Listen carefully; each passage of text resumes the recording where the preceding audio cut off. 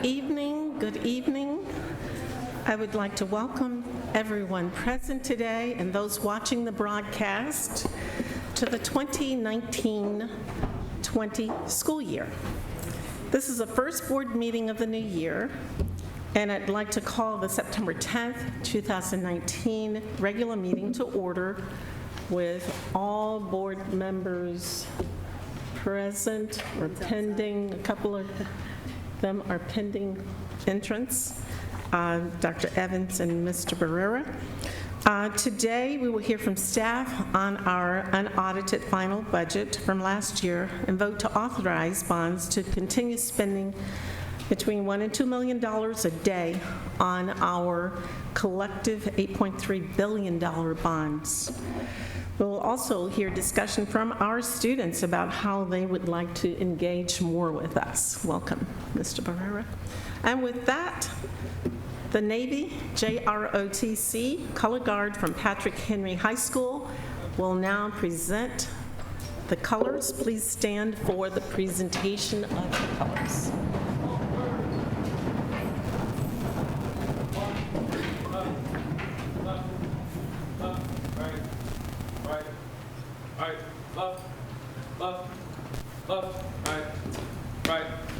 Right, color guard. Off. Ayo. Face. Freeze and colors. Begin. I pledge allegiance to the flag of the United States of America and to the republic for which it stands, one nation, under God, indivisible, with liberty and justice for all.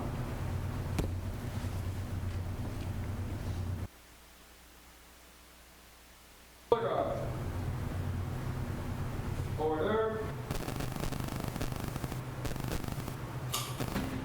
Colors.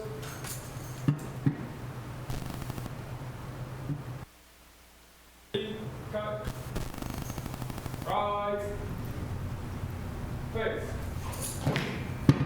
Forward. March. Left. Left. Left. Right. Right. Thank you. Please be seated.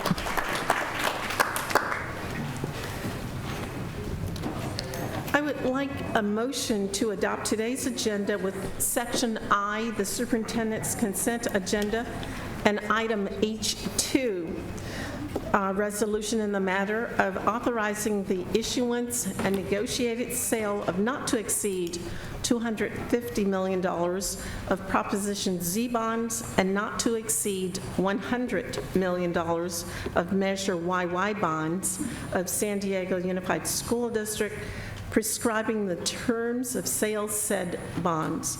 So moved. Authorizing the preparation and execution and delivery of the bond purchase contracts, et cetera, Mr. So moved. Right, we have the motion on the floor. It's been seconded properly. Please vote.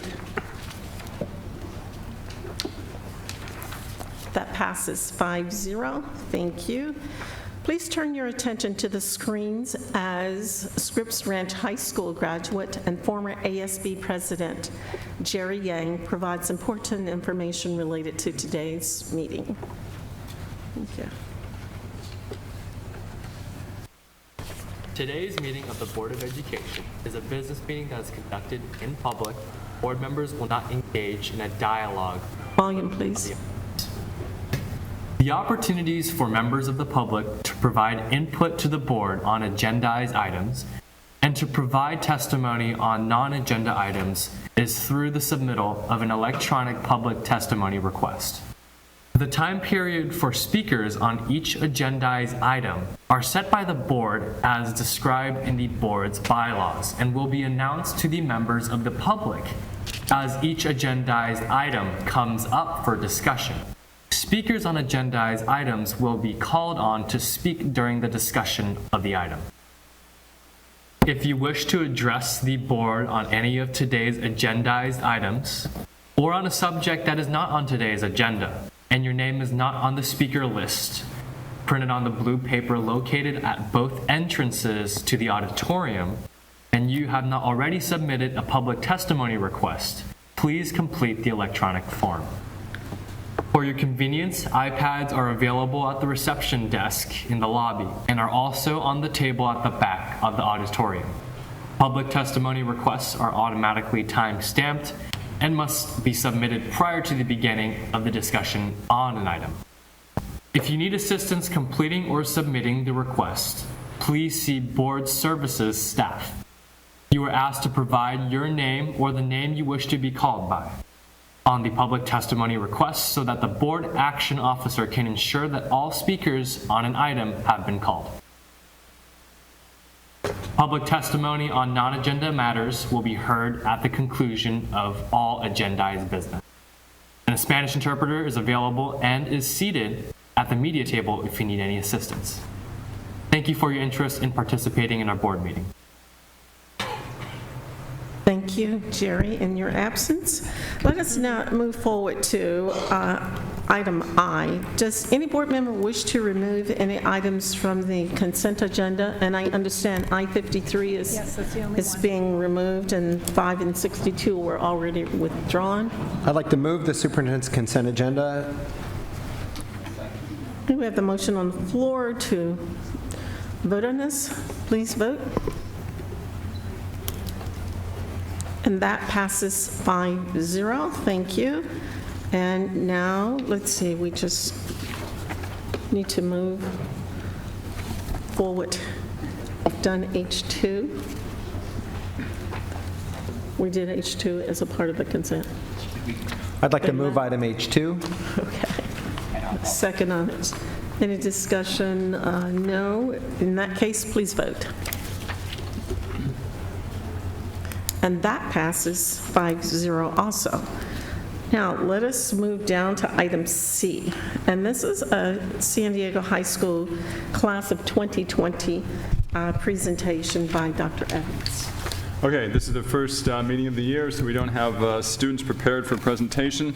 But last spring, we made a video, as we do every year, with the class of 2020 at San Diego High School. We've been following them since they were in elementary school at Bernie Elementary and then Roosevelt Middle School.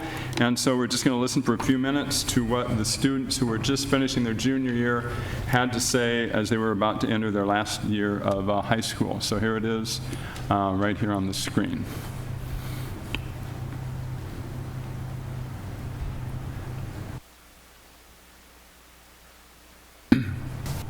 One teacher that really inspired me was my 5th grade teacher, Mr. Lyons at Alice Burney.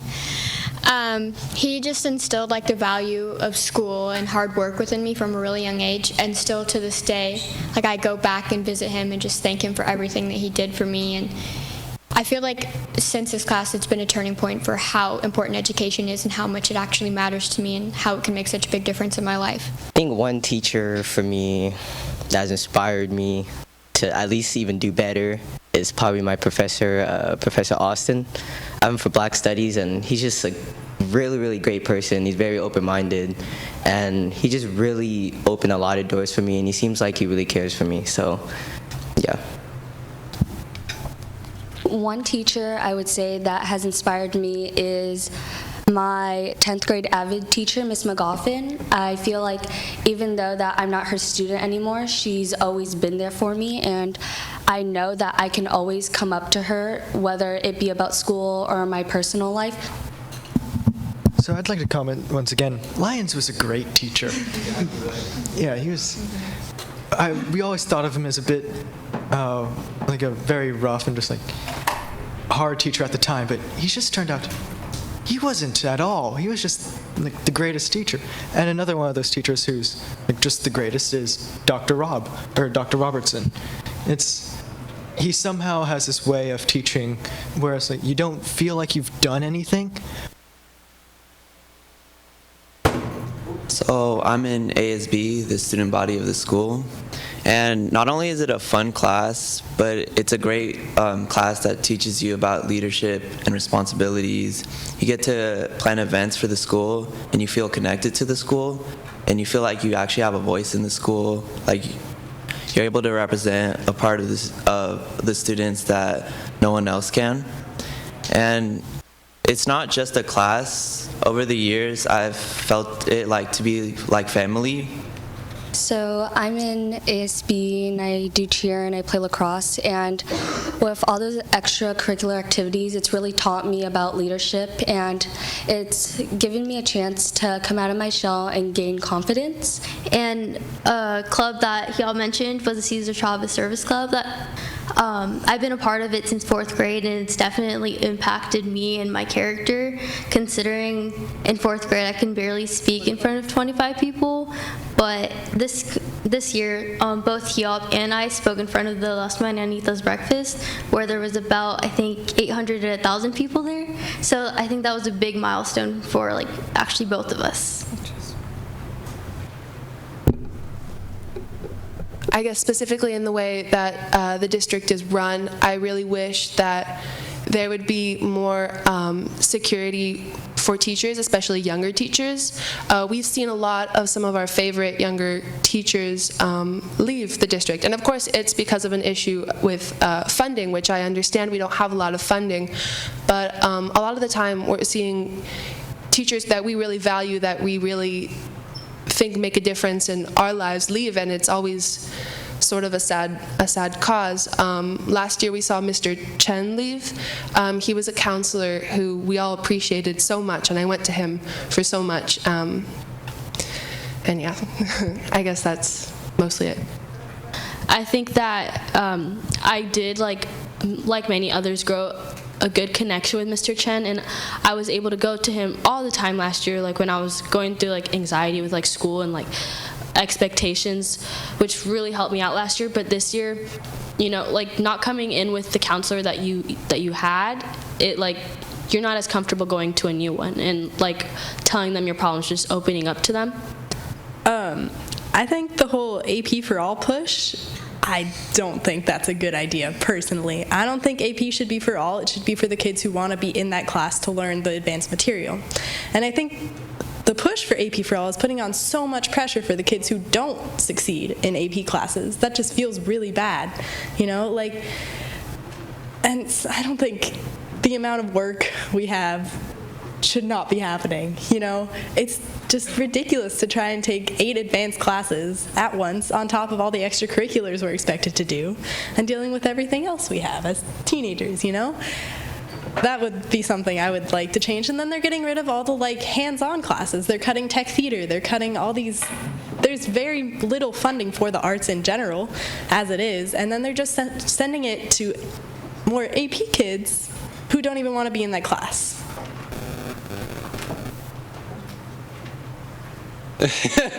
I know my grades aren't perfect, but I work hard in all my classes, and they're pretty good. They're above average, at least. But I know it's just not guaranteed to get into a lot of colleges, so I'm kind of just crossing my fingers and hoping stuff works out. I'm really excited for my senior year. I think it's going to be a lot of fun. Of course, it's going to be stress, but I feel like after the college apps, just the excitement of oh my goodness, am I going to get in? Am I not? Here we go. I don't know. I just think it's going to be really exciting and a lot of fun. And we're seniors. We did it. I think it'll be cool. To be completely honest, I am so scared for senior year with college apps and just maintaining my extracurriculars, and this is when I'm about to set foot into the real world. And I think for a lot of people, I think someone mentioned how with schools it doesn't really necessarily prepare us for the social aspect of going into the workforce and just being on our own as adults. So I think all our lives we've been children, and we've never actually had an experience of being an adult and taking on all those responsibilities and paying taxes. I think I've just gotten overwhelmed by it, but I hope that in my senior year, I become a better version of myself and realize what I want to do in life, and hopefully attend a college that I really want to go to. I think that the biggest thing that we need to focus on right now is people's ability to compromise. I find overwhelmingly, just anywhere you look, people are being divided into separate categories and not seeing anywhere where they cross those borders. They're not seeing any of the commonalities that they have with people. And if I had to pick a specific issue, it would probably be along the lines of homelessness. I've volunteered with Habitat for Humanity a few times, and I think it's really valuable to be able to build houses for people who are less fortunate than us, and I think that a home is something that a lot of us take for granted a lot of the time. To continue off the whole idea of compromise, especially with social media nowadays, Facebook, everything you like, you're going to get linked to something else you like. So it's causing like a huge group polarization. We're all human, and this sounds kind of bad, but you're not unique. Like, that sounds bad, but but everyone, some people have the same problems as you. Talk about it. They'll relate to you. You'll find connections. And so just, yeah. I feel like we definitely need to teach people empathy and looking at the other side of things instead of just always looking at yourself and what you think. And if someone is going through something or they're acting out and they're mad at you or something, instead of just brushing them off and looking away, like, you should see their perspective or what's really going on with them.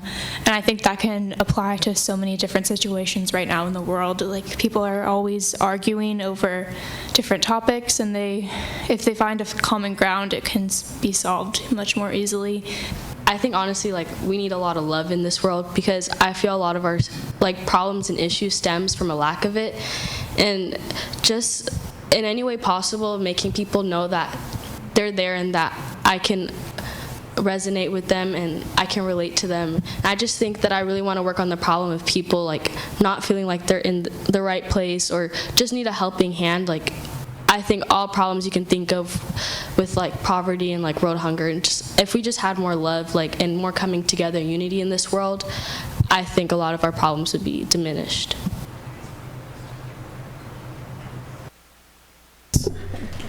Thank you. That was absolutely beautiful. If you have any worries about the future, just listen to the class of 2020. That's right. Thank you. Thank you for that, John.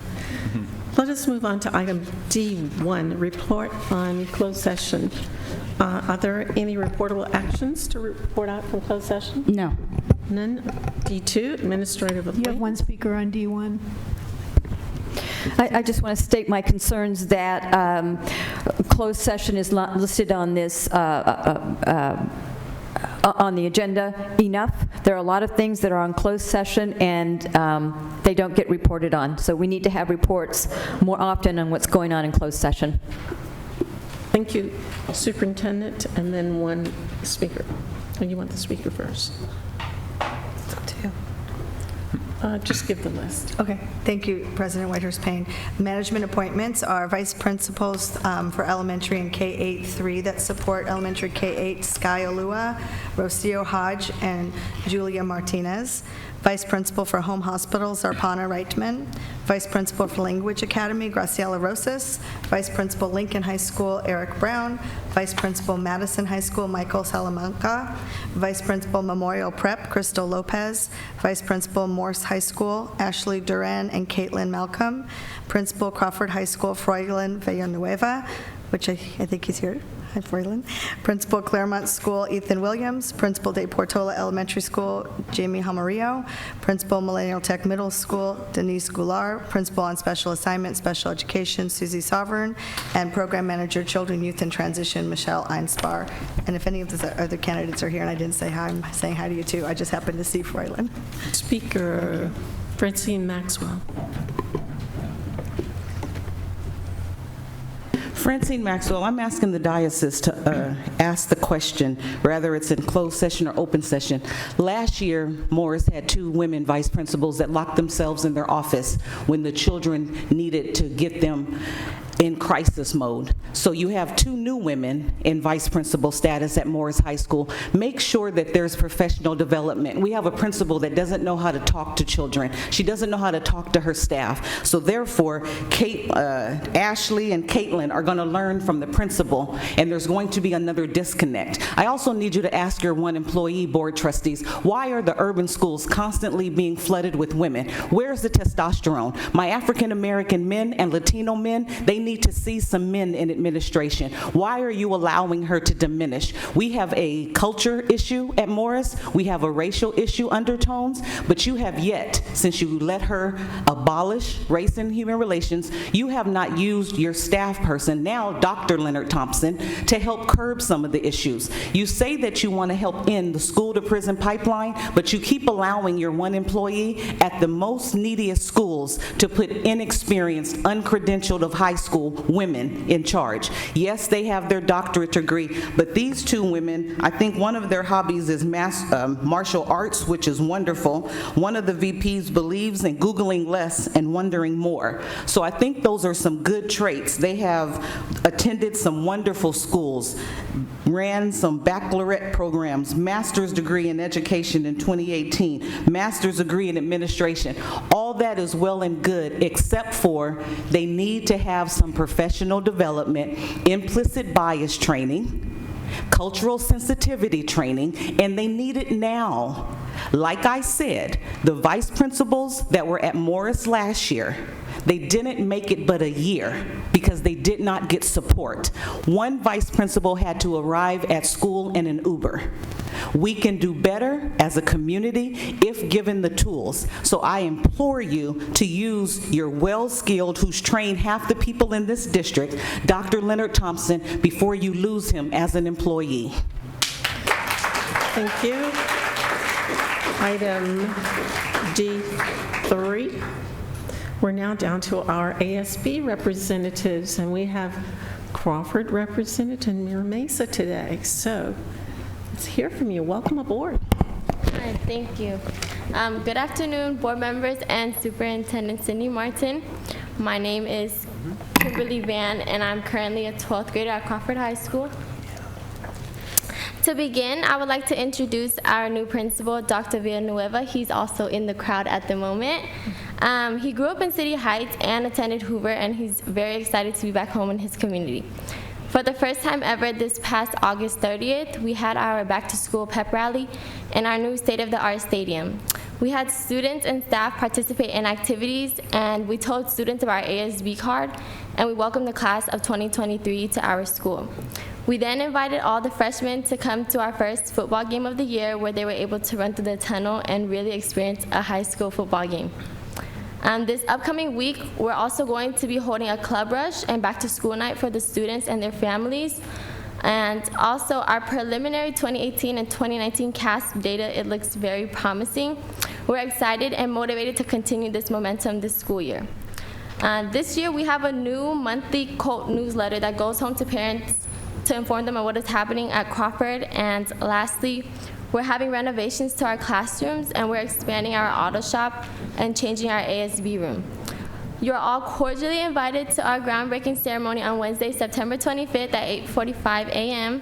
We hope to see you there, and thank you all for allowing me to come speak to you about the exciting things that are happening at Crawford High School. Thank you. We'll hear from you.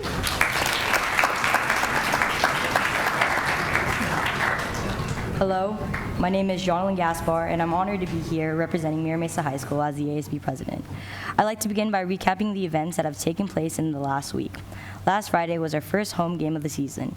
There was a great student turnout as the theme of the game was a blackout. Students were encouraged to wear black to show school spirit and unify Mira Mesa High School. We beat Mount Carmel with a score of 26-13. The crowd was filled with excitement and spirit as the Marauders played on. The game led right into our annual welcome back party. Their party was enjoyable to all staff and students as the night went on.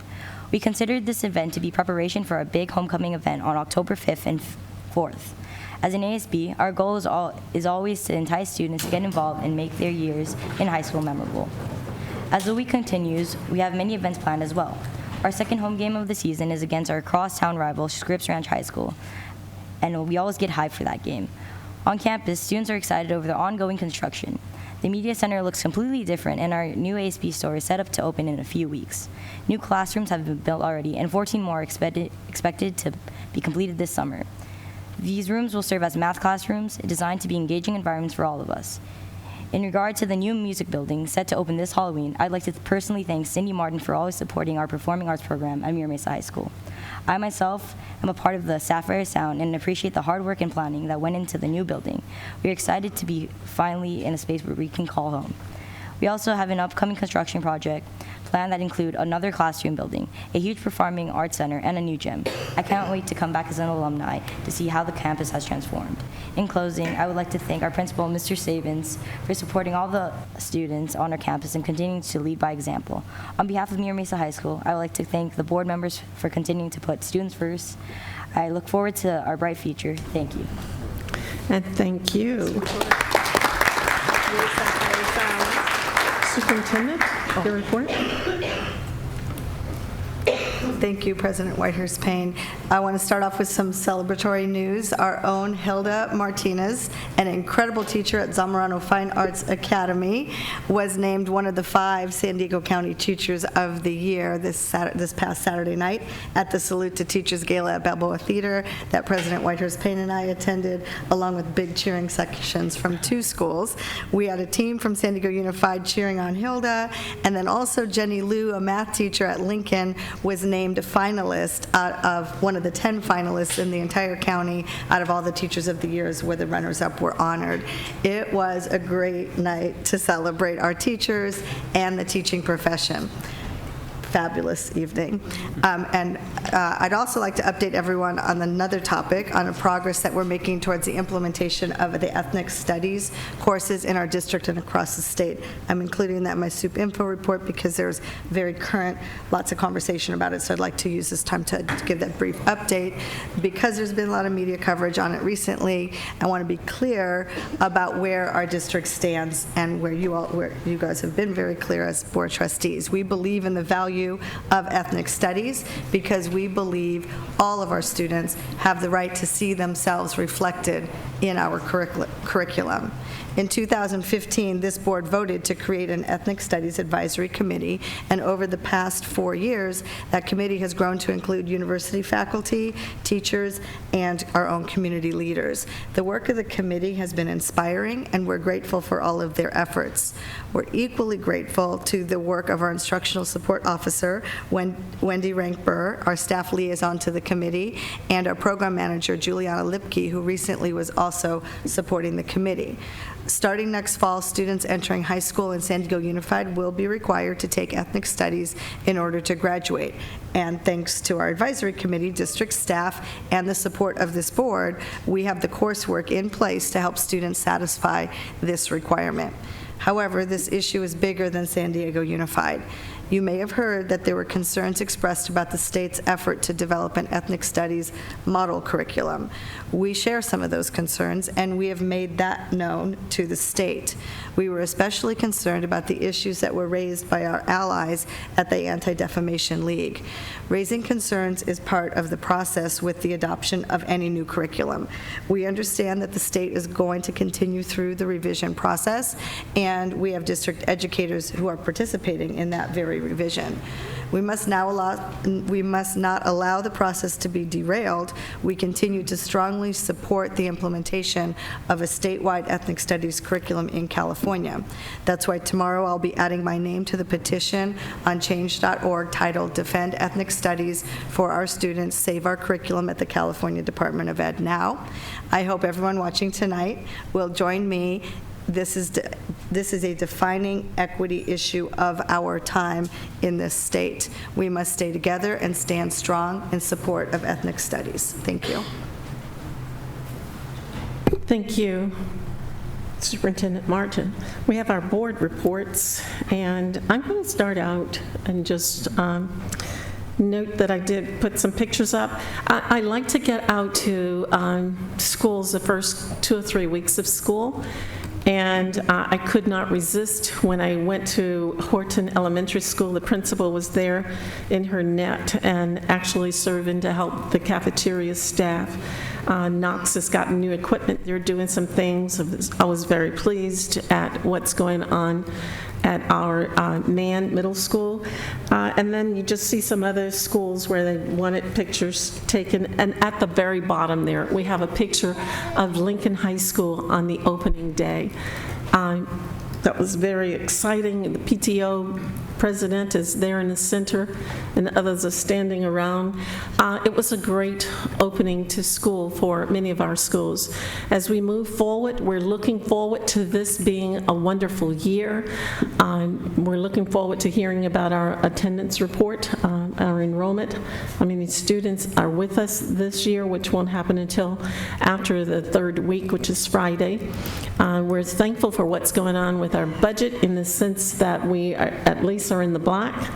And at this point in time, we're in the black, and we make those corrections every year as necessary.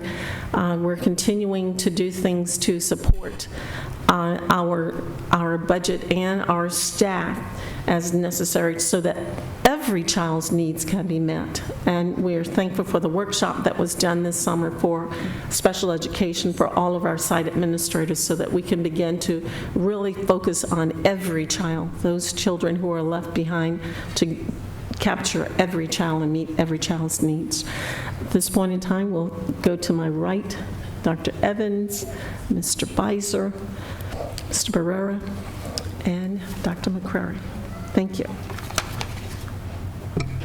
I'll just add to what Dr. Whitehurst-Payne said about the first day of school. We were at with the superintendent at the School of Creative and Performing Arts on the first day of school, but it was very significant because it was the first day for them to start at 8:30 a.m. So it was interesting to see them slowly coming in between 7:30 and 8:30 and getting used to the new time, the new healthy start times.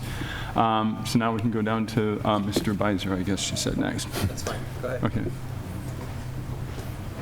I just want to reiterate the superintendent's remarks on ethnic studies. I think it's important that everybody understands that this district is moving forward, and we're moving forward according to the timeline that we established last year, with the incoming freshmen needing to take ethnic studies as a graduation requirement.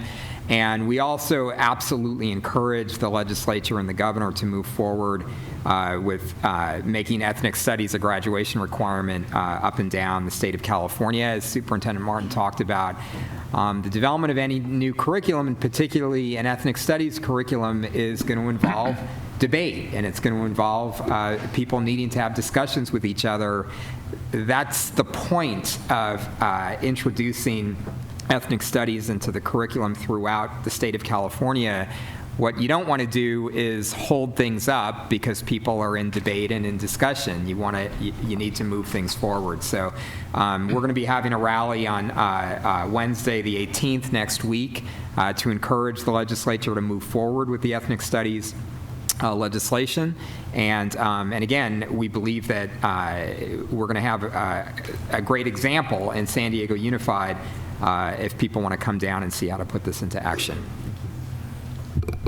Dr. McCrory. Yeah, my first day was watching a healthy start at La Jolla and Merlin's, and watching a regular start at Mission Bay High to observe and compare.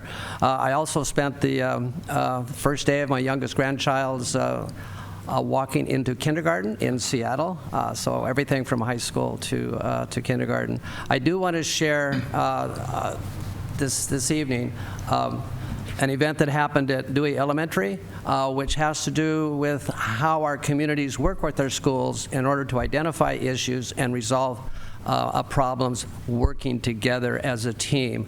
So this video features Tanya McMillan and her school at Dewey, and how they address the issues, the high impact of military families. They have about 98% military families, and what they did to make school more comfortable for military families and their children.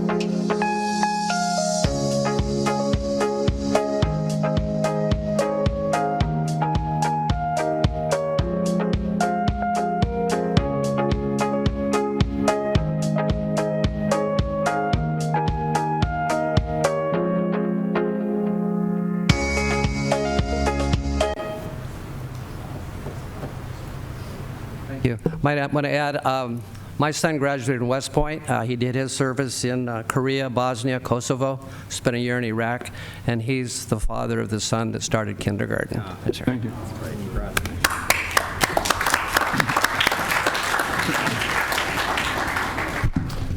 Thank you. We're going to continue with the agenda, moving on to the board consent agenda. President Whitehurst-Payne had to leave early for some certain reasons, so we're going to continue forward with the business part of the meeting. I'll move section F, the board consent agenda. Okay, are there speakers on particular items that we need to poll? Ms. Stolz? Yes, you have one speaker on F3, several speakers on F5, several speakers on F6. Okay, there are no speakers on 1, 2, 4, or 7, right? Correct? Yes, that's correct. Okay. Is there an amended motion? There's a speaker on F7. I believe on the blue paper. I believe she withdrew. Oh, she withdrew? Okay. Okay. So I'll move item F1, 2, 4, and 7. Second. Okay, no discussion. Please vote.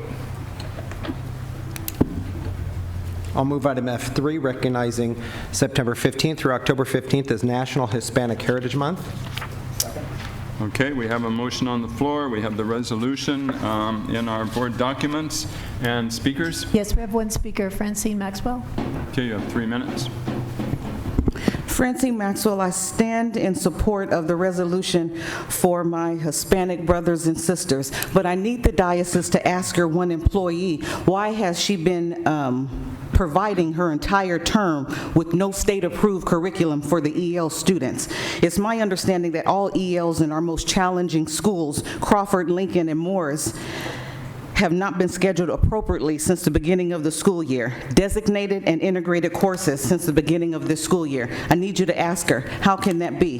The day that we had our full-day LCAP meeting, the district personnel said that they were developing a new EL class, when in fact, the class that was mentioned, it already exists, that Teresa and Sophia was presenting. I need you to ask that. Our current district leadership remains out of compliance with ELL regulations, but yet, you sit on the diocese week after week and you tell the community students first, when in fact it's your own agenda first. Your one employee and the chief of staff continue to smokescreen the fact that you look at the Voice of San Diego and the FPM report. When will you ask President Whitehurst-Payne in her absence, when will the items that are in that report, when will they be closed? There was supposed to be a 45-day window, and that's not occurring. So we're out of compliance. We've been out of compliance with our most challenging, but you do the resolution, pomp and stance. I'm also requesting that there's a Hispanic flag flying, since you didn't have the African American flag for Black History Month. We know the dates for the Hispanic Independence Day, which is wonderful, so fly their flag. For as long as this resolution stands, let's put the flag up. I think that I gave you information on how to get to Seaport Village and get to the flag man. Everybody's flag should be flying the same way you put the LGBTQIA flag. You take the yellow bus and you do the pride parade and everything else. So let's make sure that we're doing what we're supposed to do. Let's make sure that you ask the chief of staff immediately, have all courses since the beginning of the school year designated and integrated for our ELL. Ask her at Crawford, Lincoln, and Morris has the placement percentage as of today. She can do that at a drop of the dime with a push of the button. Let's start making our audio match our video when it comes to our EL students.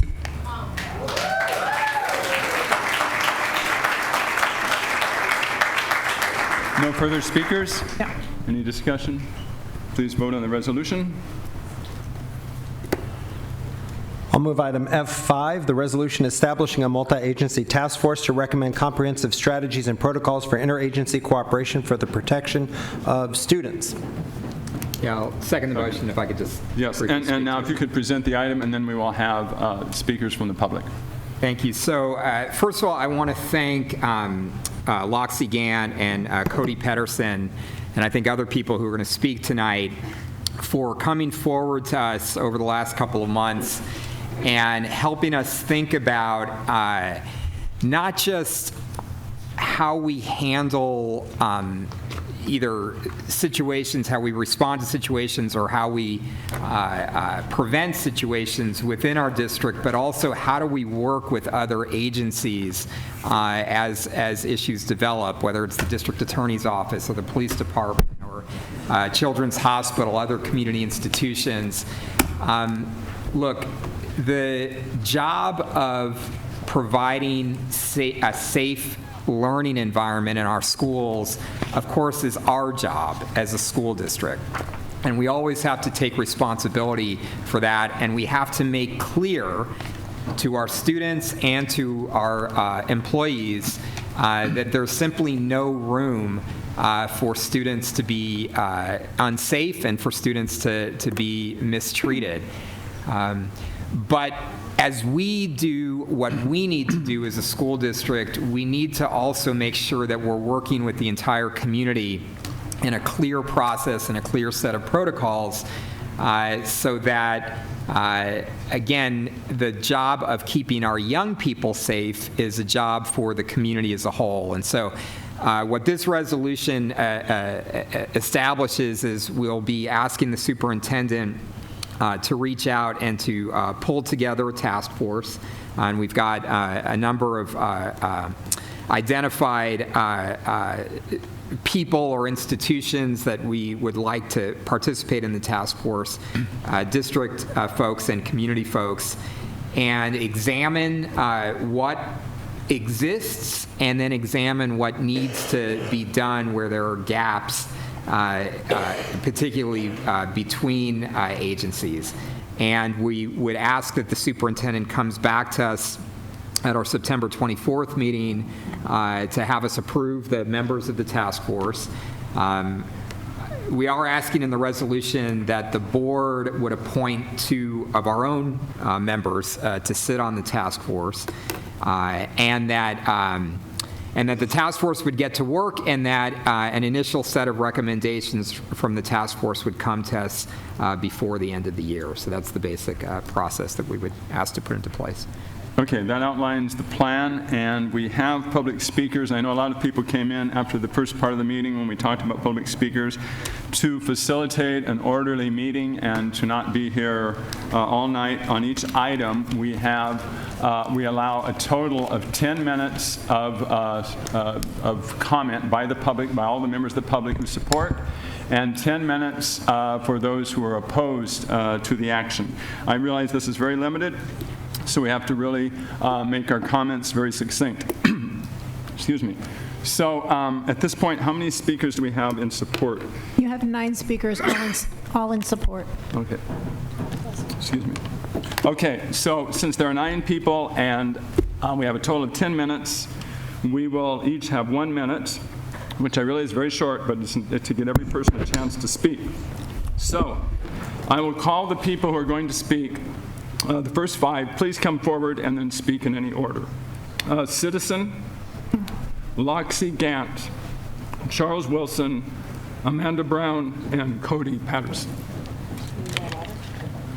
Okay, so 6 years ago, Martin failed to protect students. Martin had a multi-agency task force with a district attorney and the city attorney. Martin cried crocodile tears about the victimization of students.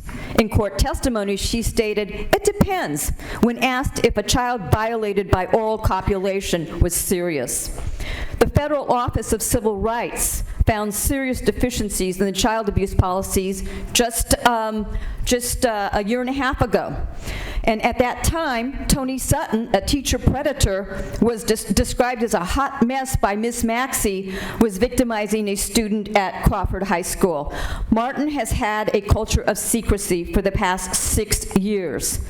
Secret settlements that don't allow victims to speak out, child victims that have been afraid. So let's see what this task force does this time. But if we all recall, the last time that we were here, Cindy said it was all about the heart. Thank you. And we all know how that turned out. Thank you. Everybody, please remember that when the buzzer sounds, please complete your sentence and move on to the next speaker. Thank you. And if you could please state your name when you start speaking.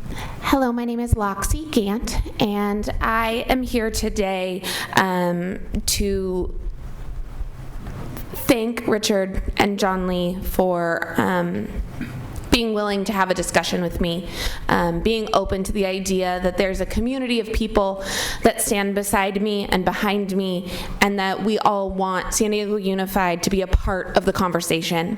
The fact that we have a Child County Victim Witness Protocol that is not signed by any of the school districts or the school boards mean we have a disjointed response.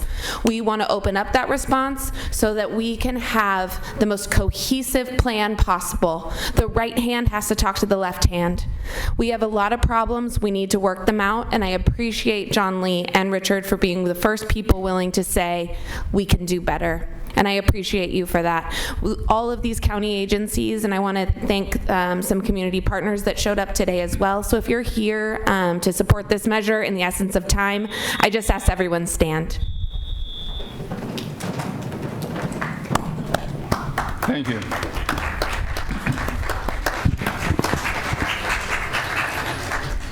President, members, staff, I'm going to be fast. I'm Cody Pedersen, Educate for the Future, an alumnus of SDUSD, and a father of Torrey Pines Elementary first grader.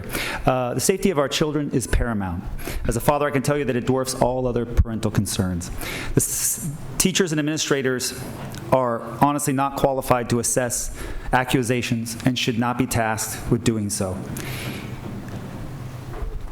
This task force is critical to freeing administrators, educators, labor reps, staff to focus on educating, on implementing restorative justice, community schooling, teacher enrichment, and securing the funding our students deserve. Let the child-centered, trauma-informed specialists at facilities like Chadwick assess accusations in a sensitive, professional, impartial way. This task force is critical. It's an extraordinary opportunity. Please seize it. Thank you.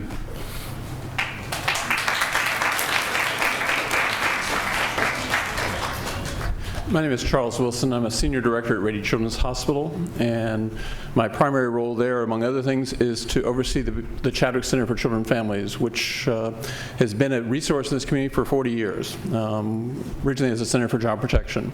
Child abuse and neglect affects probably 1 in 3 children in the United States. The Centers for Disease Control has conclusively, through massive research conducted right here in San Diego, linked child abuse and family violence to heart disease and cancer, to mental health issues in adulthood, to suicidality. We can do more and better in our community, even though we've been among the leaders in the world. One of the pieces missing is we've not had the active partnership of the school systems in San Diego. I'm here today to speak in support of this motion because I think there's an opportunity for San Diego Unified to really lead not just San Diego, but the country, in terms of how to integrate effective policies and procedures in schools with community resources, law enforcement agencies, child protection, and hospital. Thank you. Thank you. Ms. Stoltz, please call the others. And everybody come forward. The additional speakers are Catherine Thiemann, Keisha Borden, Joe Iacava, and Matt Valenti. Good evening. I'm Catherine Thiemann, and I also want to thank Richard Barrera and John Lee Evans for putting this forward and acknowledging the importance of keeping kids safe. I support the multidisciplinary approach. I hope that when the task force convenes, you will look at the resources that have already been developed in other school districts at the county, and then also by the California School Board Association, which just recently developed sort of a model policy around adult-student boundaries, because molestation is the end process that starts with grooming, and it's grooming where we need to start if we're going to prevent it. So thank you for acting, and hopefully we'll get this policy in place soon.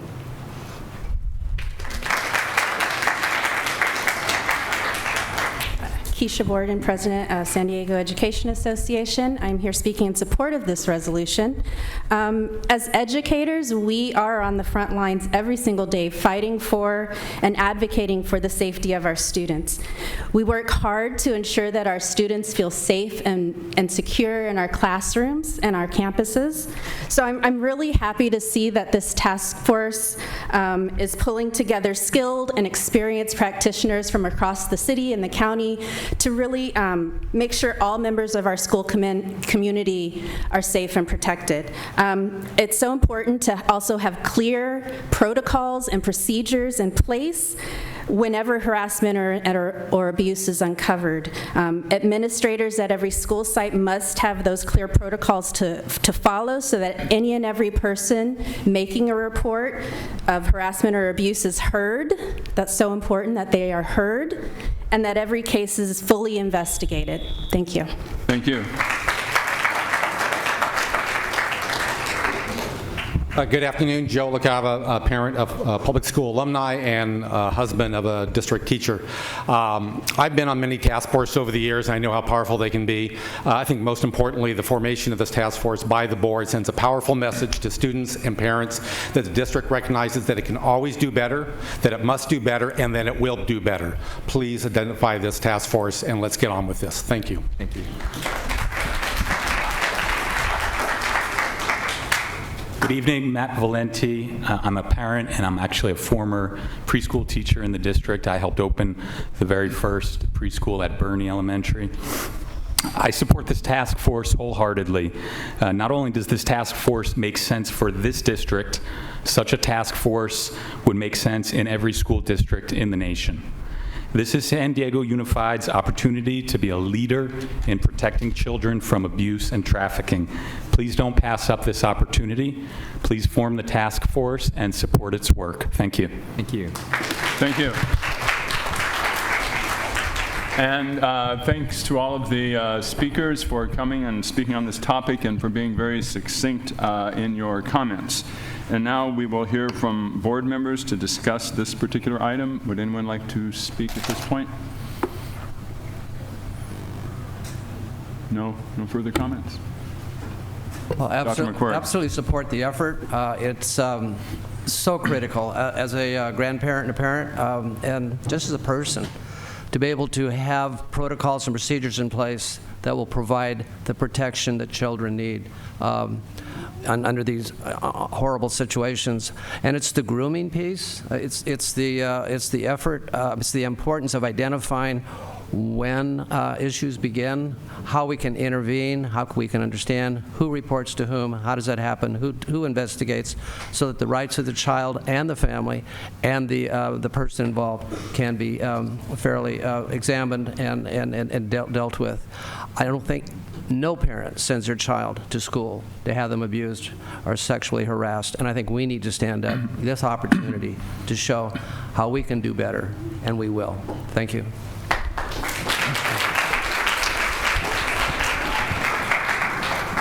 Okay, I'd just like to add just a couple of comments. First of all, obviously everybody is very concerned about child abuse in our schools, in our homes, in our community, and everywhere. And just to be clear that the real direction of this task force is to really work on interagency cooperation. There's nothing more frustrating for anybody to hear, whether it's a teacher or a parent or anybody else, that someone was supposed to handle this and someone else is supposed to handle that, and the ball kind of got dropped. So what happened? And so that's really what we're looking at, as well as finding out how things are currently being handled in the district so that we can improve our cooperation with the other entities. And just to give some examples of who is listed for this task force, representatives from San Diego Child Welfare Services, from the District Attorney's Office, from Rady Children's Hospital, the Psychological Association, Office of Education, Police Department, all of these different agencies who play a role in protecting our children. So that is the purpose of this. We are approving today, if this motion is approved by the board, for the superintendent to form this task force with representatives from these groups, and then to move forward in the next 3 to 4 months. Okay, no further comments. Please vote on this action, this resolution.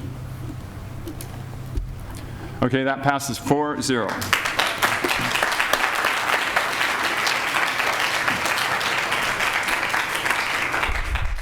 Okay, we'll now move on to the next item, which is the resolution in support for youth climate action. And do we have a motion on this item? So moved. Moved by Mr. Barrera and seconded by Mr. Beiser. And first of all, if Mr. Barrera could present the item before we have our public speakers. Yeah, and if I could ask for indulgence, I'm not sure how many people have signed up, but I think the student speakers have prepared to speak for 2 minutes, so if we could allow each student speaker to speak for 2 minutes. And Okay. We have 6. We have 6 speakers. Okay, well, 6 times 2 is 10. So that will work. San Diego Unified Math, good. We want to hear from the students. We want to hear from the students. And also, I would just add, on this item and all other items, our 2 board representatives, please let me know if you have an opinion or a thought or something you want to add to this particular item, and we will include you too. Okay? So let's go ahead and just hear from the students, but since this is student-generated, Ms. Soltz, if you would please call the first, all 6 students, and then they can speak in whatever order. Yes, we have Annie Doe, Elena Castiglione, Zachary Patterson, Keisha Borden, Joya Saxena, Vanessa Cascate.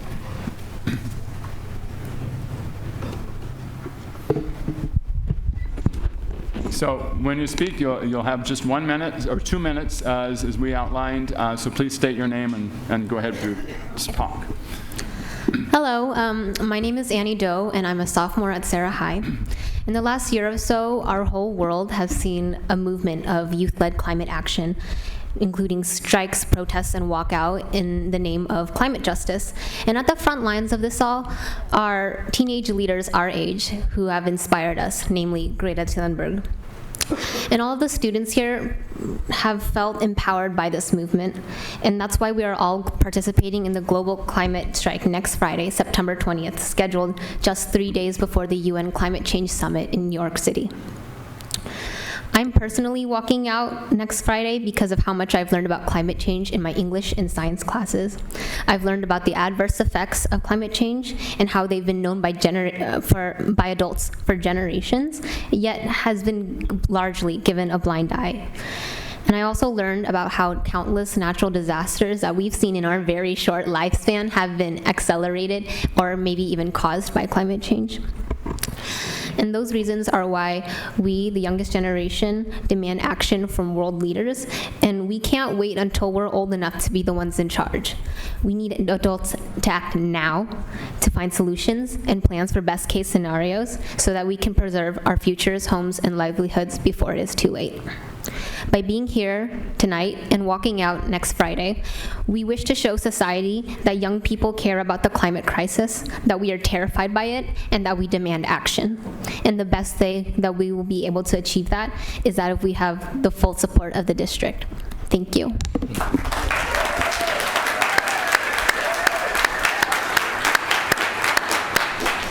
Just to help the students, you can see the lights over here. When the green light is on, you have 2 minutes, and then when it's down to 1 minute, the yellow light will be on. Okay? So give your name and Good evening. My name is Aaliyah Castiglione, and I'm a sophomore at San Diego High School. So I have grown up in an era where terms like climate change and global warming are heard daily. As youth, we are aware of the fact that our planet is dying. We've normalized the melting of the polar ice caps, and we're used to hearing about the Great Barrier Reefs dying and species going extinct. We even forget that the sea levels in our very own cities in the United States will rise drastically if we don't change our ways. But this is not normal. It is not normal that an entire generation of people have to grow up with the imminent threat of climate change looming in our future. Not when our government has been aware of this problem for 50 years and we know how to solve it. So we're done waiting for politicians to make changes, and we're taking a stand. At San Diego High School, we have had great success in the past year with our climate walkout and other walkouts, including one to protest abortion bans. This is because we have worked in collaboration with our school's administration and the police department, allowing us to safely walk out of school and exercise our right to protest. I strongly urge students at other schools to take action and make your voices heard. If we can do it, so can you. But this is not a battle that students have to fight alone. In order to make real, substantial change in our communities, we need the support of our teachers, our principals, and the school board. This is a matter of utmost urgency, literally determining whether we are being left with a planet we can actually live on.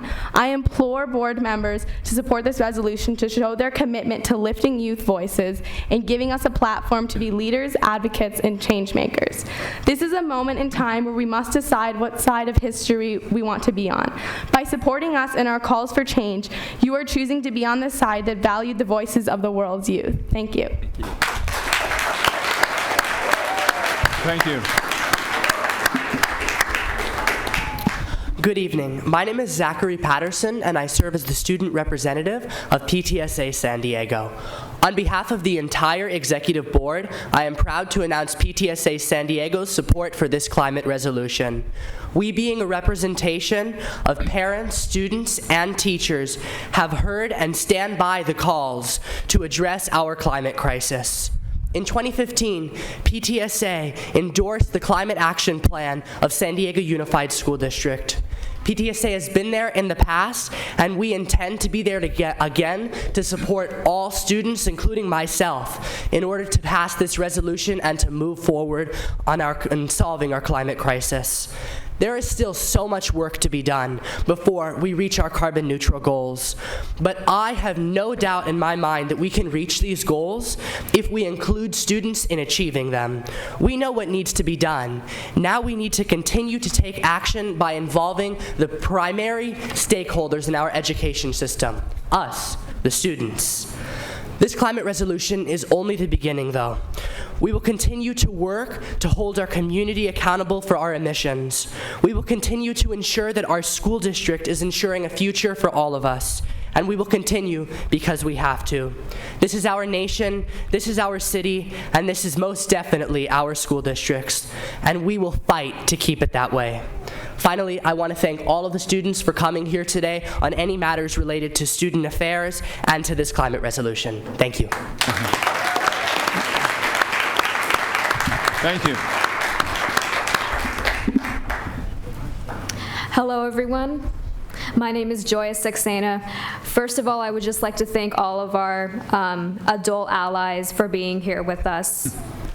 I'm a senior at Scripps Ranch High School, and now I'll be organizing my school's climate strike. This movement is so important to me because as a student, I am fearful for my future. I am walking out because I am sick and tired of the continuing inaction of our elected officials. We think every school should participate because throughout history, whether it's the Vietnam War or the March for Our Lives, grassroots youth movements have shifted conversations and shown the world that the youth do care about their futures. We do not solely sit on our phones and use Instagram. We are the change and we are the future of this planet. Thus far, 6 colleges and universities and 8 high schools in San Diego County are planning their own walkouts, and we expect more to plan climate action soon. Students are organizing these events themselves, which means they are going to do what is appropriate for them. Some schools are missing school entirely to stage a sit-in at their city halls, while others are staying on campus grounds to do sit-ins on campus. Some are using colorful ribbons to highlight the threats of the climate crisis. Here at San Diego 350, we provide resources and a toolkit for student organizers who are planning their events on their campuses. Students can register their walkouts online and use flyers and social media to make their events known school-wide. On climatewalkoutsandiego.org, there is a map of all the strikes happening in our community. Please check it out. We ask that adults join us in solidarity with our movement by walking out of their workplaces. We need as many allies to show up and mobilize with us to make our movement stronger and more effective. We hope to inspire our peers and community members to take action on humanity's biggest existential threat. Thank you. Thank you.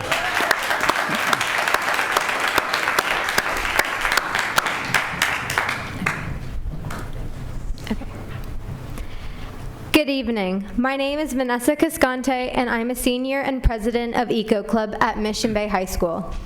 My interest in the environment began last year when I joined our school's Eco Club. Little did I know this would drastically alter my life in the best way possible. Not only did I completely dedicate my life to sustainability, but I transformed my family's dynamic as well. As a teenager, seeing that I'm capable of creating an everlasting impact on my community is what drives my passion every single day. I would like to thank you for the opportunity to be here tonight. We are also very thankful for the district's previous actions, such as the Dream Big for a Sustainable Future plan that guarantees 100% renewable energy in the district by 2035.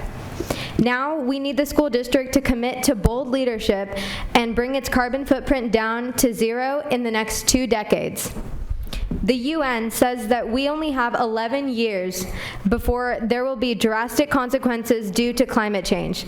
The only solution is to dramatically reduce our climate emissions. That's why we support bold action like the Green New Deal that strives for clean air, water, reforestation, wetlands restoration, and zero waste by 2040. The people least responsible for this crisis are often those who are most impacted and least able to adjust. We need to ensure that any climate plans prioritize their needs, their voices in planning, and that we're supporting them in any way possible. We need the school board to prioritize climate solutions, a strong climate curriculum, civic engagement, and for the school board itself to push for the regional solutions that we need, such as better transit and efforts to immediately end fossil fuel extraction in California. It is no longer a matter of debating whether climate change is real, but a matter of what action we will take next. If you aren't part of the solution, you are part of the problem. Thank you very much, and if you support us, I would like to thank you, and please stand up. Thank you.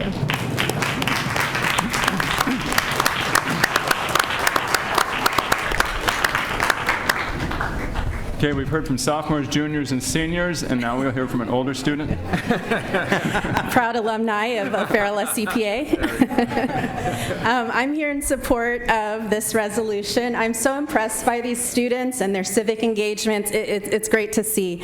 And it's so important that the districts support their efforts.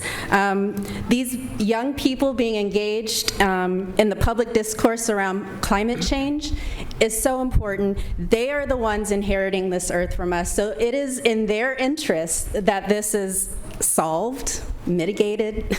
We don't continue destroying the planet that they're going to inherit. So I'm encouraged to see them taking what they've learned in our classrooms and putting it into direct civic action. It's amazing to see. So we must support them and we must listen to what they have to say, because they're not just the leaders of the future. We see that they are showing us that they are the leaders of today. So I support this resolution. Thank you. Thank you.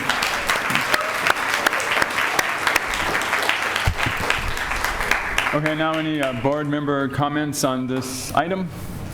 I think the students have said it pretty well. I think, as Ms. Borden was pointing out, it's very encouraging in terms of we've been trying to promote civics education.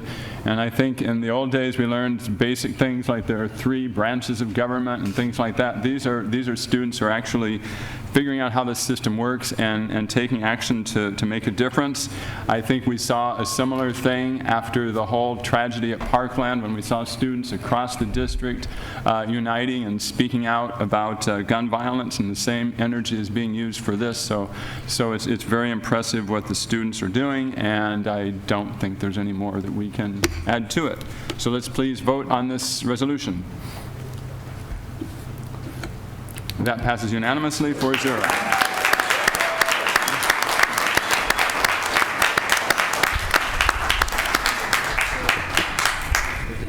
Okay, we'll now move on to item G1, the agreement with the CSEA for impacts and effects. I'll move item G1.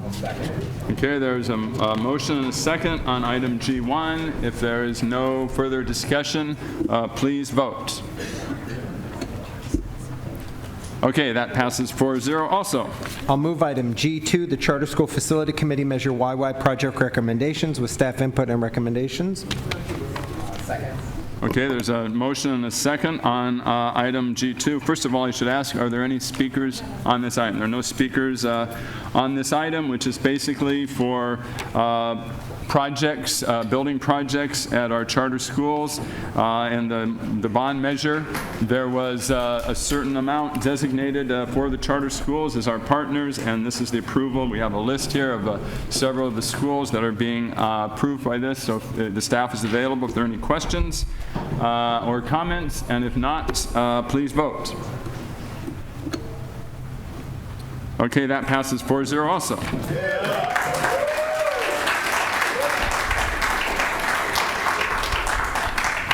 Okay, we now come to item G3, America's Finest Charter School. This is a public hearing to consider renewal of the charter petition. This is, at this point, it is strictly for information. We are not taking action tonight. According to my notes, there's no staff presentation. Staff is available for questions. Do we have any speakers on this item? Yes, we have Maybe. we have 9 speakers, We have 9 speakers. all in support. All the speakers in support, so we have 10 minutes in total to speak in support of this item at this public hearing. We first need to officially open the public hearing, and there are 2 ways we can do it. One is with 9 individuals. We can give 1 minute each. Or if you prefer, you can have among yourselves divide up the time a little differently as long as you do it within 10 minutes. What would you prefer? Give us 10 minutes. Okay, we'll give you 10 minutes. You're next. Just need to keep track because if you have students that are going to speak, let's have the students go first. And then the adults will have to get their part in afterwards. And please say your name when you begin speaking. Okay. When the students come up, please say your name, and there is a microphone a little lower to your right.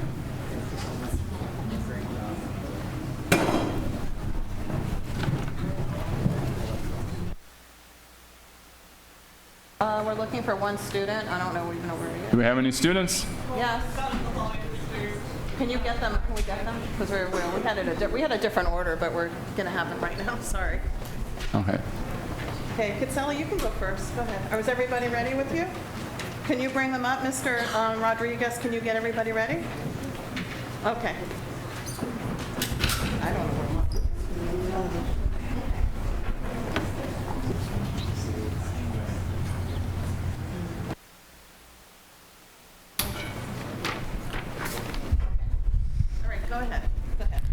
Good evening, board members and Superintendent Martin. My name is Katseli Legaspi, and I am a 10th grader at America's Finest Charter High School. And I was a student at the K-8. This is a little bit about myself. I do have an IEP, and reading is hard for me. I am really good at engineering classes, and I have studied engineering. I want to study engineering college. I have participated in many community STEM events, and I love using the 3D printer and building robots. I'm so happy that I am a student at AFCS High School. Here's a little gift I made for you. I put your name on each keychain. Thank you.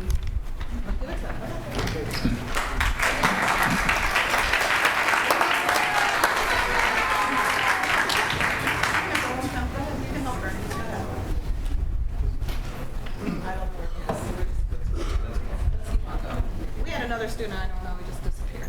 So I'll go first. Sorry. Okay, good evening, Board of Directors, Superintendent Martin, and staff. Today, America's Finest Charter School is here to ask you for another 5-year renewal. This is our 9th year of operation. Please stand up if you're with America's Finest Charter School. Thank you. Okay. America's Finest Charter School serves students from one of the most underserved neighborhoods. Our families attend because they want to have a choice in their child's education. We are able to educate our students from TK through college. Many of our 11th and 12th graders are dually enrolled at City College. We offer engineering to grades TK through 12, and we also have received grants to continue this effort. Our students also learn about global and issues through our international pathways and work on community service projects throughout their educational career. Our after-school program includes over half of our student population and provides enrichment and tutoring. We do not give up on our students and offer many supports for our English language learners, students with IEPs, student below grade level, and our advanced students as well. One of our greatest accomplishments has been educating and supporting our families. We have provided employment for parents that were living in shelters. Now they are self-sufficient and their children are thriving. We are a welcoming refuge to all and are excited about the next 5 years. Thank you. Good evening. My name is Josarin Panza, and I have 4 children that attend America's Finest High School, Charter High School, and America's Finest Charter School. Not only am I a proud parent, but I am also the parent representative for the executive board at AFCS. And I'm able to see how our board members work so hard to stay in compliance, and I'm very proud to be a part of that process. Other charter schools will come and go, but with your help, AFCS is here to stay. And we're excited. My oldest daughter, Naya, who's 14, is looking forward to taking AP classes for math at the high school. And then my youngest, Isaiah, who is 5, is doing very well in his mainstream class. IEP is in place. Aowen, who is 11, is looking forward to going to 6th grade camp, and she's super excited. My son, Kian, who is 8, is very excited to making new memories and great memories. And in short, America's Finest Charter School is a place for my family, and we are very grateful. Thank you. Thank you. Good evening, board. My name is... Good evening, board. My name is Tim Bagby. I'm the proud principal of America's Finest Charter High School. We started, this is actually our 3rd year. We started 2 years ago downtown in a little hallway in 4 classrooms on Ash Street. And we were able to purchase a facility on Estrella, and which is just between Crawford and Hoover High Schools. And from there, we moved from 40 to 60 students. We had to go out to Encanto, to the Boys and Girls Club for a little while our 70-year-old building was being renovated. If you ever dug into a 70-year-old building, you know there's lots to do. And this past January, we were finally able to move in. As of this morning, we have 103 students. We will be celebrating our first graduating class this June, so we're super excited about that as well.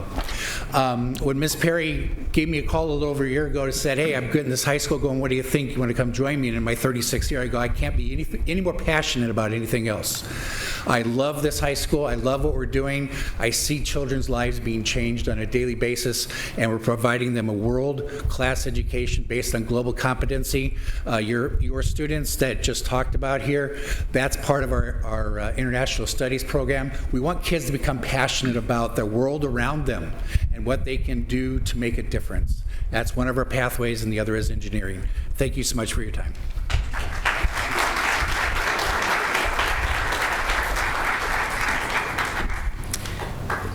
Good evening, Superintendent Cindy Martin. Good evening, board and constituents. My name is Roderick Leopold Leake Sr. I'm the principal of America's Finest Charter School, the K-8 site. I'm going on my 2nd year at AFCS, and I've seen remarkable growth, not only in myself, but in my students. We asked the question, what is so special about America's Finest Charter School? We are a family, as you can see here.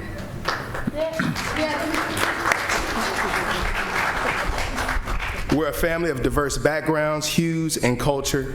We've seen students that have habits and behaviors change from other schools. We see a majority of our 8th graders that have graduated from the K-8 site come back, and they give back to not only the little ones, but also to the teachers and the office staff.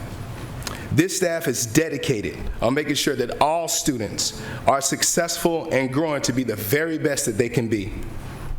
As our motto states, work hard, learn everything you can, always do your best, help others, and success will follow. Thank you.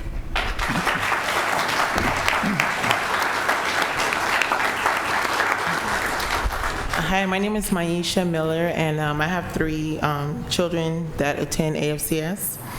I decided to choose America's Finest Charter School for my 3 children because of the small classroom sizes, and it is conveniently close to my house. But after meeting the staff at America's Finest Charter, that is what made me really want my kids to attend the school. The staff made my children feel so welcome. For the first time, my kids were happy and excited about going to school every day. My family have benefited from AFCS in so many ways. It's hard to choose just one thing.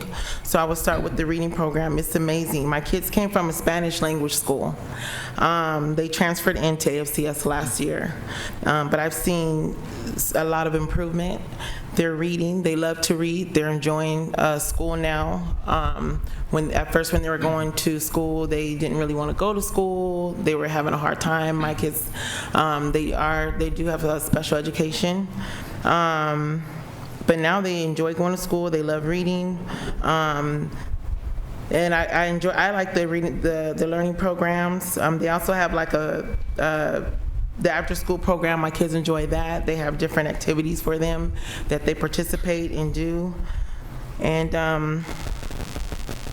I just see that my kids have truly grown so much from attending this school. And they came from a place of learning where they were so far behind. I was not sure if they would ever get caught up, but AFCS has changed all of that.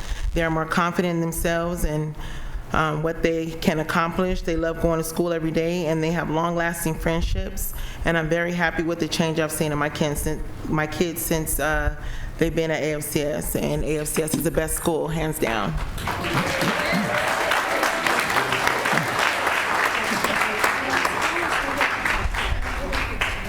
Board. Hi. It takes a village to raise a child, right? So it takes a village for us to raise. Stand up here. Stand up here. Y'all can't hear me? Okay. Board, it takes a village to raise a child, so why wouldn't we want a village to raise our children? Cycles are not broken, they are changed. There's a lot of finger pointing. Look at yourselves. You say the parents, we do what we can, but we're overworked, underpaid, just like the teachers. Our community needs to thrive off of each other. That means the partnership between parents, school board, teachers, all needs to be the same. I have no doubt that my Hispanic brothers and sisters, everybody who looks like me in this room, who is here in this room, who cares, will stop one of our children that we see on the street who is in trouble and help. But will you? AFC is the first school I've ever been to with my daughter, and I felt safe. I feel like the community that I've always looked for is there. It's encouraged me, myself, to go about my entrepreneurial spirit. The assembly line thinking that we are doing, that we teach to our children, needs to stop. Or we'll just stop you. Thank you. Thank you very much. Okay. Because with the previous situation, we have 2 more speakers.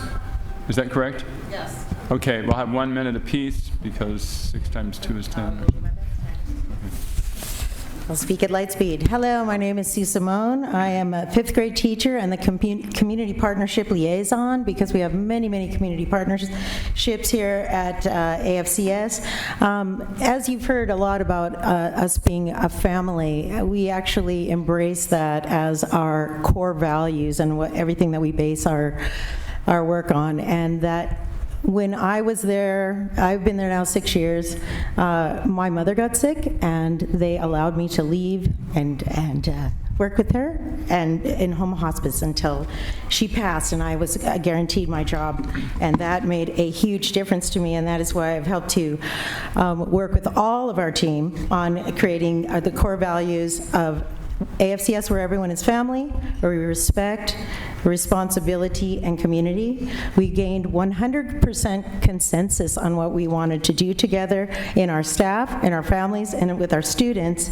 And in 2 months, from idea to consensus and results, only a charter could have moved that quickly. And that's one of the reasons that we would like to have AFCS remain. Thank you.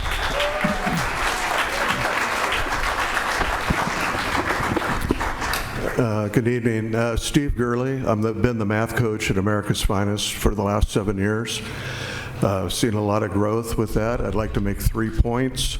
The first one being is we've used the Eureka Math program for 6 years. It has great content, it has a great format. It lets our students move from grade to grade without losing any daytime for them learning the program all the way K through 8. I've also helped out the high school the last 3 years at times when they've needed it, when they were downtown and at their last 2 sites. The second one is we tried to disaggregate the data, and we have 100 kids that have been with us 3 years, which is very important for continuity.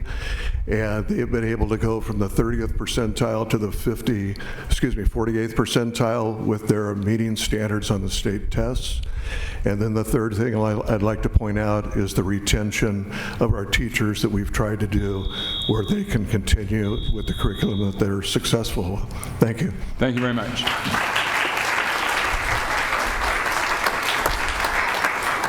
Okay, thank you very much for everyone from America's Finest Charter School. This is just a public hearing to open, and at a future date we will be voting on the renewal of the petition of this school. So we'll now close the public hearing. We're now going to move forward with item G4, which is the acceptance of the student petition for a student board representative, and this is being done in alignment with California Education Code. So if we could get a motion on this item. I'd like to move item G4, the student petition authorization for the installment of a student board representative, Ed Code 35012. Okay, is there a second? Second. Okay, seconded by Mr. Barrera. Okay, we will just wait a couple of minutes here while people are filing out. Okay. First of all, once again, we have a student-led item. We have been presented with the petitions from the students from this item. So how many speakers do we have? 2. We have 2 speakers. Okay, so the normal protocol would be 3 minutes apiece. So we have Ethan Collier and Barbara Flannery.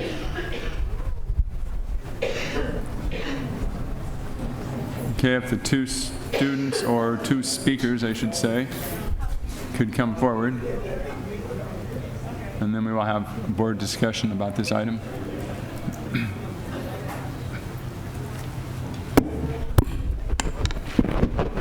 Good evening, board members, superintendent. My name is Barbara Flannery, and I am speaking on behalf of the San Diego Unified Council of PTAs representing our executive board. Our council voted to support the installment of a student board representative on the Board of Education. In March of 2000, the California State PTA passed a youth involvement resolution that was put forth by the Student Involvement Committee of the PTA. California State PTA values the involvement of youth in accomplishing common goals and supports the PTA missions. California State PTA encourages youth to become advocates, community leaders, and responsible adults. Further, it acknowledges the insights and perspectives and voice youth provides. PTA welcomes student participation on its board of managers and includes students on its commissions and committees. We believe student contributions build stronger and healthier communities. San Diego Unified Council of PTAs currently has 2 students serving on our board. PTA encourages and supports efforts to develop youth participation by soliciting input from youth about budgetary and policy proposals that affect them, linking youth involvement opportunities to existing local governmental, school, and state programs that promote voluntary civic and community service, encouraging legislative bodies at all levels of government to include local youth in their policy-making efforts, encouraging schools and community programs to provide meaningful opportunity for youth to participate in planning and implementation, instilling in youth a sense of civic responsibility, citizenship, and leadership through active participation. The contributions of youth in working with adults will enhance the programs that serve youth and will strengthen communities. We believe inclusion of the student voice will strengthen the San Diego Unified Board of Education. Thank you. Thank you. Next speaker.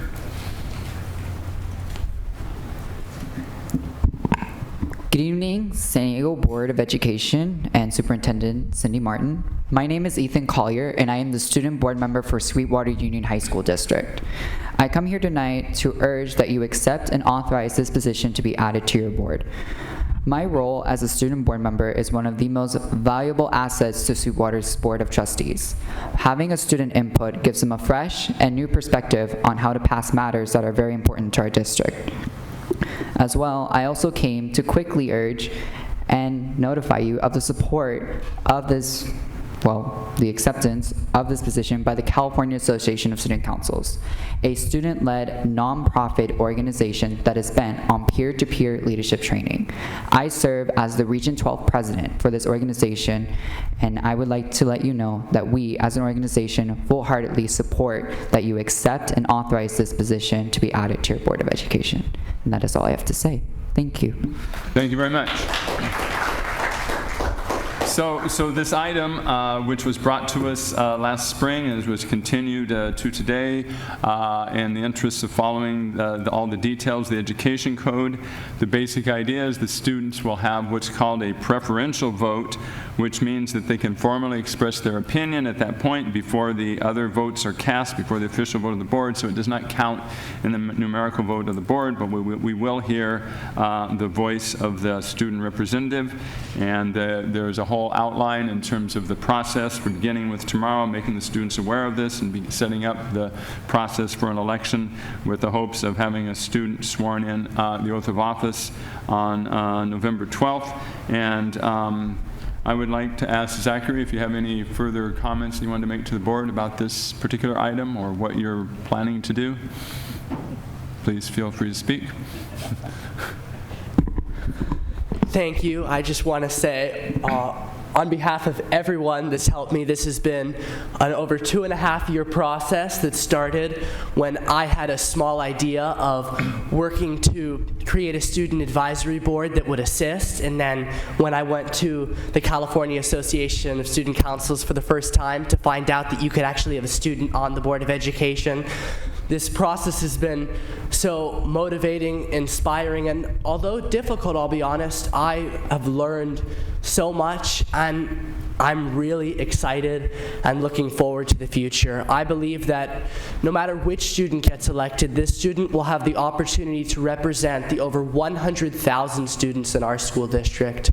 And being the second largest school district in California, this is a really big deal.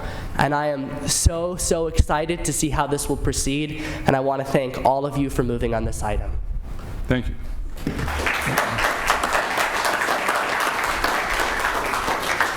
Comments from board members? Once again, here we go.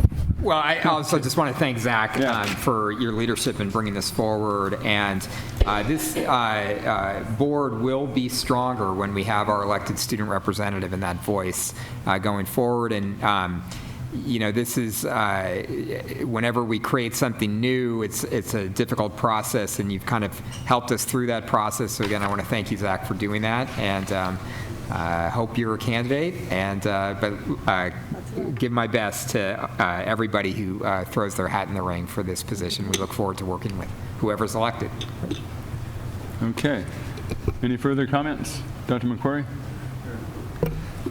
Yeah, it's an exciting step that we're taking. Not only is it going to be beneficial to the students in terms of building leadership, agency, civic engagement, it will also be a benefit to this district. To have the student voice here at the table, I think is critical.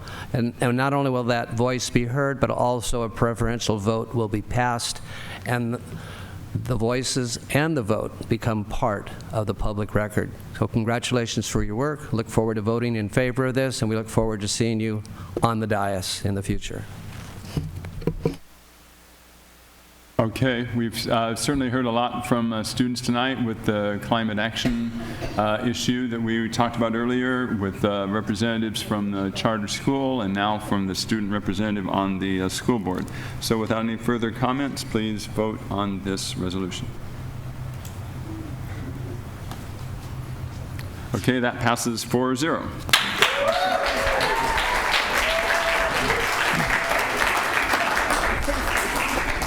Thank you, Stacy Siders, for all of your hard work. Very good. Okay, very good. And now going on to district operations, we have an unaudited actuals financial report for fiscal year 2018-19. Is there a motion on this item? I'll move item H1, the fiscal year 2018-19 unaudited actual financial report. Is there a second? Second by Dr. McQuarrie. Staff is available. Any questions? Any comments? Yeah, I just want to point out that whoever's elected to the student board is going to have to sit through the unaudited financial report. Yeah, you can't leave. You can't leave during this part. Stuff is over and everyone leaves. Okay. Please vote on the unaudited actuals. Okay. Very good. That passes 4-0. Okay, item H2 we have already done. On the superintendent's consent agenda, were there any items pulled? Yes, we had one speaker on item I-53. I'll move item I-53, the disclosure of district investments and cash on hands for quarter ending June 30th, 2019. Okay, there's a motion and a second, I-53, and do we have a speaker on this item? Speaker is Citizen. Is she still here? No speaker on this item. And we have a motion and a second, so let's please vote on item I-53.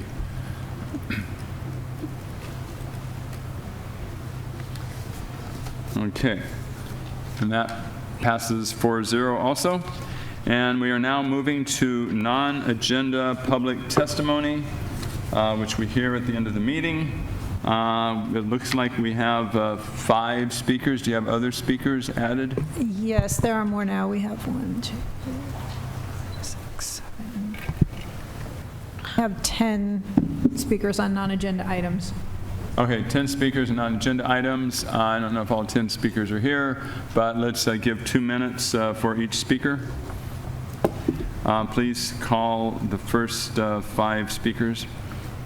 Yes, Wilhelmina Bradley, Citizen, Rachel Wonis, David Hickenbottom, and Christopher Publite.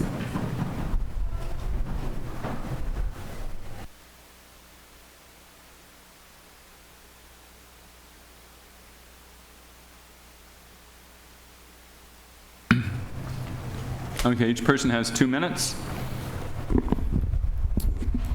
Wilhelmina Bradley. This is addressed to Cindy and Richard.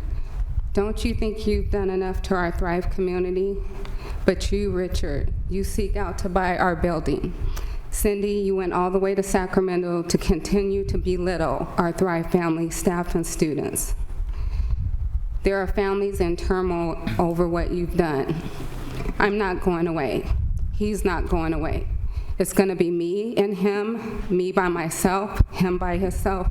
We're going to tag team until you both go away. You guys sit up there on a pedestal like you guys are God. Again, you don't care about all kids. Money is what drives you. We are stronger despite what you've done. Richard, you just spoke about kids being safe at school, but you took the one thing away from my son where he felt safe, and that was Thrive. Chris Poblete, parent of a student that went to Thrive Public School that you shut down. I'm here tonight to congratulate you. Congratulations for shutting down schools in underserved communities. Congratulations for destroying and setting back students who found a safe haven in Thrive Public School. Congratulations on removing great educational opportunities for the kids of San Diego and telling them that they're limited in educational options unless they are able to go to private schools. And accessibility to education is not just affordability, it's logistics. There's a lot of variables for each parent for that. And that's the reason why 900 kids went to Thrive Public School that you shut down, that are now displaced, putting burden on parents to put their kids in schools for choices further away, making it unlogistically possible for them and balance a full-time job. Congratulations. You should be proud of yourself. Give yourself a round of applause for that. You deserved, the parents and students of San Diego deserve an A+ for that. My daughter will be fine. I put her in another school, not a district school, because I'm ashamed of this board. But she will be fine because I teach her to persevere when elected officials will set her back. I teach her that no one will care about her education, not the leadership of this district. That she has to be in control of that. That the only people who care about that are her parents and herself. It's a shame. It's sad. It's disgusting. But it's the truth. I would give you a gold star, but you destroyed it when you destroyed my hope. Sorry.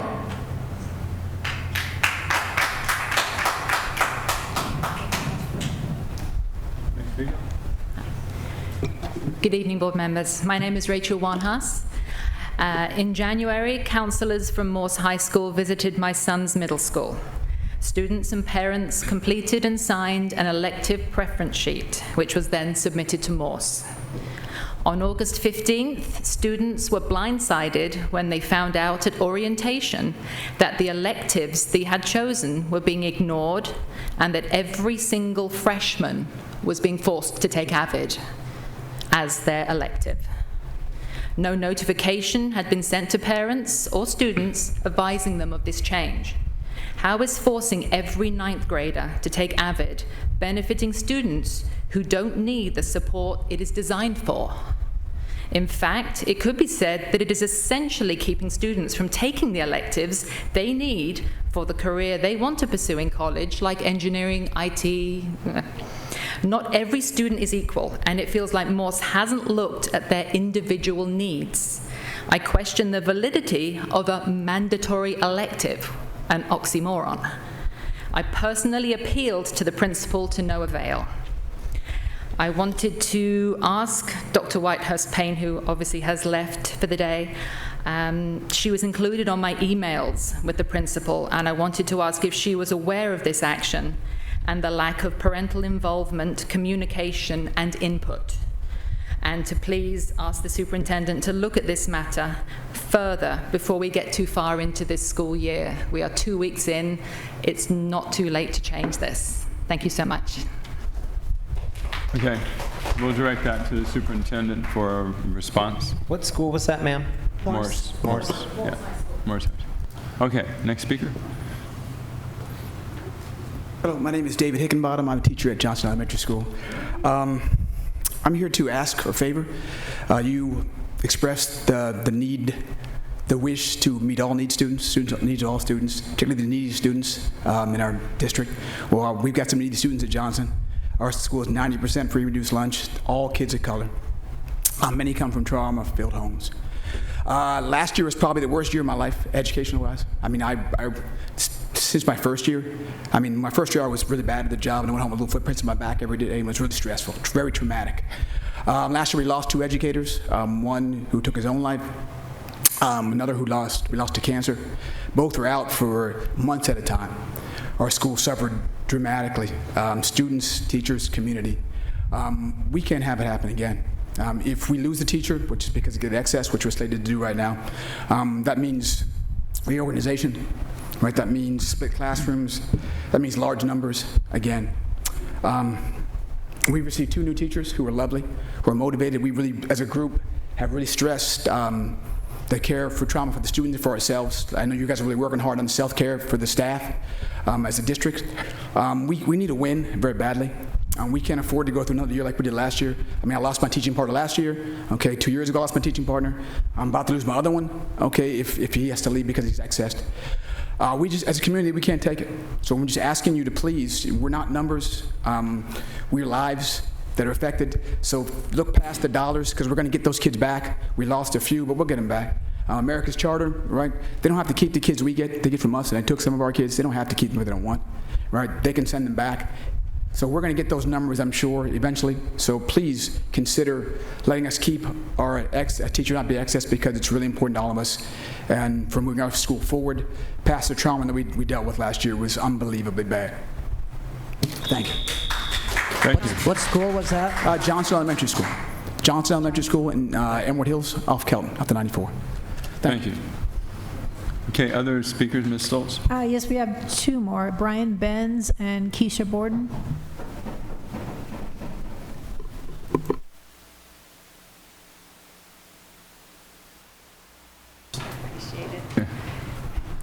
Keisha Borden, SDEA. As an educator, Cindy, I know that you know that the educators and families of a school create a community, a family.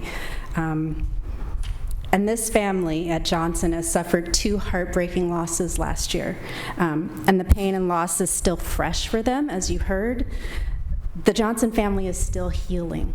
So instead of putting this community through the loss of another colleague, I ask that you pull together all the wellness resources, the staffing resources at your disposal in supporting the school community.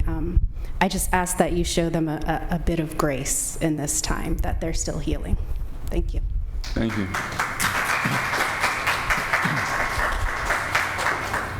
Hi, my name is Brian Benz. I teach at Point Loma High School. Last time I was here was June 18th. I'm sure you remember that meeting. I was next up to speak at that meeting. Unfortunately, you didn't get to hear me. Michael, I'd like to say thank you very much for approaching me after the meeting and talking to me and saying that your concerns were important. So I'm here to tell you what I was going to tell you last June. I'm back again. School's back in session. I'm back teaching, so I'm back pulling for my kids. My name's Brian Benz, I already told you that. I'm here to represent the 11 teachers in the science department at Point Loma High School. Together we have 227 years of teaching experience, just the science department. 154 of those years have been with Point Loma students. We have been there a long time. We have a very cohesive science department there. In mid-May, we were informed of an impending forced change to the choices we have in place for our students. We're deeply disappointed that our many years of experience at PL to create options in our progression of sciences were not considered, and another one-size-fits-all program is being pushed on us. We found out in 2001 that a lack of choices doesn't work for high school students when we tried physics first, enrolling every freshman at Point Loma in physics or advanced physics. The idea of physics first was based on sound research, but problems soon surfaced. Some of our students needed time to develop better skills to be ready for physics. We decided it would serve our population well if we offered them options. During 8th grade articulation, we offered the students the choice. Would you like to take advanced physics, or would you like to take biology and give yourself a little bit of time to get ready to take physics for the math that's involved, basically? And that doesn't put kids in a track either. Choosing biology or advanced physics, there are ladders that students can go to and from any class they want in science. And we have that in our math program as well. Okay, you go ahead and continue. You waited a long time to come speak to us. Thank you.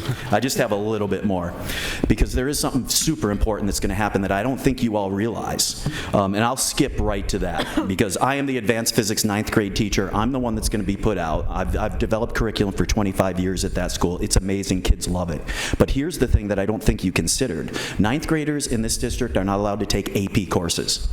That means the students that are forced into advanced biology now, because you're forcing everyone to take biology in 9th grade.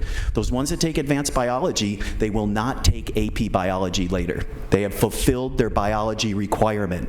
The teacher at our school with the most experience is our AP bio teacher. She teaches over 100 kids that course every year, and it has over a 95% pass rate on the AP exam. Our kids can take advanced physics with me, then they go to AP chemistry, AP biology, and AP physics. They get on their college apps, those 3 courses. They can't do that anymore.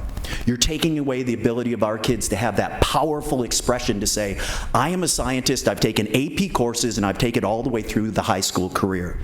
Please give Point Loma High School the ability to do what we've been doing. Come and see us. It's amazing what we do with our science kids.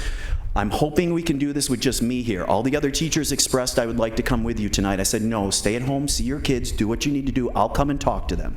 If it continues beyond, I will bring a few hundred of my closest friends to this meeting if that's what it takes in the Point Loma community. And trust me, when I was here in 2003 battling against the cell phone tower that went up, you didn't even have enough room in here for the people that we brought. I will bring those people. They are aware of it. We don't want to do that to you. We want to do this nice and easy and say, hey, we know we see you know what you're doing, we'll let you continue. I appreciate Kevin, John, Cindy, Richard, Michael. I love working in this district. I like working with you. I'm here for the kids, and I know you are too. Please consider this. Don't change that. It's an amazing program we have there, and this is going to destroy it, and it's going to destroy that AP Bio. Thanks for the extra time. I appreciate that. Thank you. We'll refer that also to the superintendent for follow-up. Okay, there are no further speakers, correct? Okay, in that case, our next regular meeting will be on September 24th, 2019 at 5 o'clock. The meeting is adjourned.